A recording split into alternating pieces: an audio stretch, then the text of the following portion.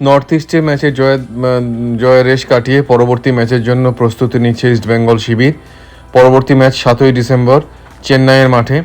তা শিবিরে খুব একটা ভালো খবর নেই। গতকাল ক্রেসপো মাঝপথে প্র্যাকটিসে বেরিয়ে গেছিলো।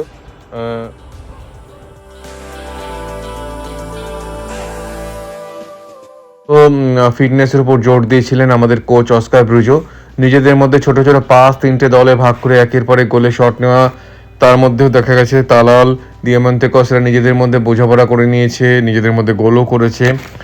প্রতিটা ফুটবলারের থেকে যাতে সেরাটা বের করে নেওয়া যায় তার জন্য অনলস প্রচেষ্টা করে যাচ্ছেন আমাদের কোচ অস্কার ব্রুজো। নিশু কুমারও চোট সারিয়ে রিহ্যাবিলিটেশন করে প্রথম একাদশে ফিরে আসার জন্য মরিয়া। আজ প্র্যাকটিসে সিচুয়েশনাল প্র্যাকটিস অনেক হয়েছে। কোচ অস্কার ব্রুজোর মূল লক্ষ্য হচ্ছে যে ডিফেন্সটাকে শক্ত করে, মানে গোল না খেয়ে গোল বাড়ানো, মানে 1-0 না জিতে আস্তে আস্তে 2-0 3-0 জেতা। 3 পয়েন্ট চাই আমাদের। আর আরও একটা ভালো খবর, ক্রেসপো ফিট হয়ে আজকে পুরো টিমের সাথে ফুল প্র্যাকটিস করেছে। আইএসএলে টানা 2 ম্যাচ আমরা জিতিনি, এইবার সেই রেকর্ডটা ভাঙার পালা।